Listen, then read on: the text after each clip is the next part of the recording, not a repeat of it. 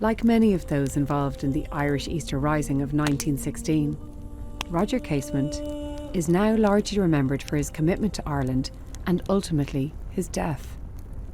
But like all those involved in the Rising, however, Casement's life was richer and more complex than the manner of his death. Known as the father of the 20th century human rights investigations, his 1904 Casement report exposed the atrocities committed in King Leopold II's private fiefdom, the Belgian Congo. The barbarity of Leopold's mercenary army led to the deaths of an estimated 10 million people and must rank among the darkest examples of man's inhumanity to his fellow man. Leopold's fortune was diminishing, but with a furious global demand for natural rubber extract following the invention of the car, he seized an opportunity to increase his personal wealth. After establishing the International African Association, an organisation that worked under the pretense of being a charitable mission to civilise Africa, entire villages were subject to the control of the king's henchmen. Local people were used as cheap labour, and any resistance to slavery or failure to produce enough rubber extract would result in brutal punishments. To save on bullets, soldiers would sever the hands and feet of men, women, and children as proof of killings done to further the Empire's system of terror. Casement's investigation, that bore witness to the abuse of workers in the rubber industry, radicalised the man.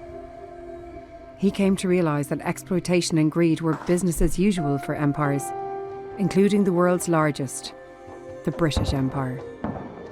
It awoke the dormant Irish man within him.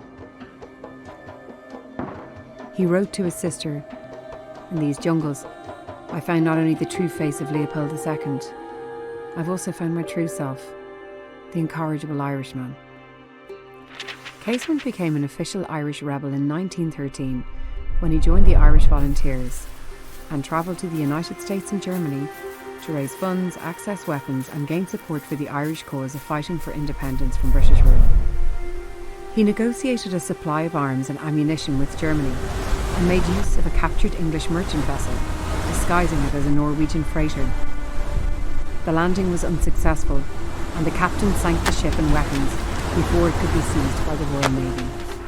Casement was arrested on Bannastrand in County Kerry on Good Friday 1916. Before being tried for high treason at the Old Bailey, British officials circulated the Black Diaries, supposedly written by Casement, which detailed homosexual activity. Believed now to be forgeries, it showed a determined effort by the British authorities to reduce the likelihood of lighter sentencing. Despite worldwide pleas for clemency, Casement was hanged for treason on the 3rd of August 1916 at Pentonville Prison, London. The last of the Rising's leaders to be executed, he had only one final word: Ireland.